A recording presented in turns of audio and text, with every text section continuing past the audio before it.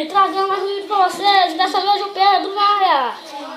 E nesse vídeo eu vou ensinar uma mágica bem legalzinha. Por exemplo, pede pra pessoa parar em algum lugar, a pessoa parou. Vou pegar essa carta aqui dela.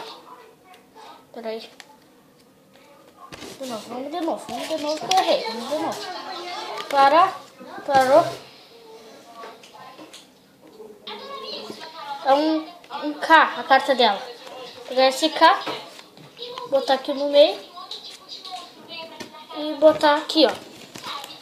E o K tá lá no meio, né? Se é no meio, não pode estar em cima,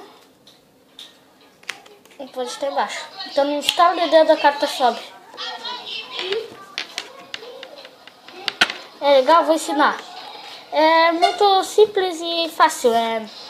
O pede pra pessoa parar em algum lugar. Parou. Aí tu faz um double.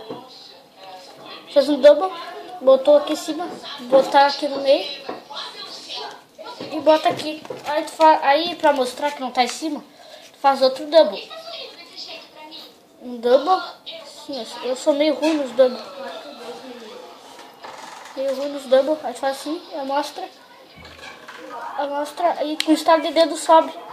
É isso? Falou? E se inscreva no nosso canal e deixa o like. Falou!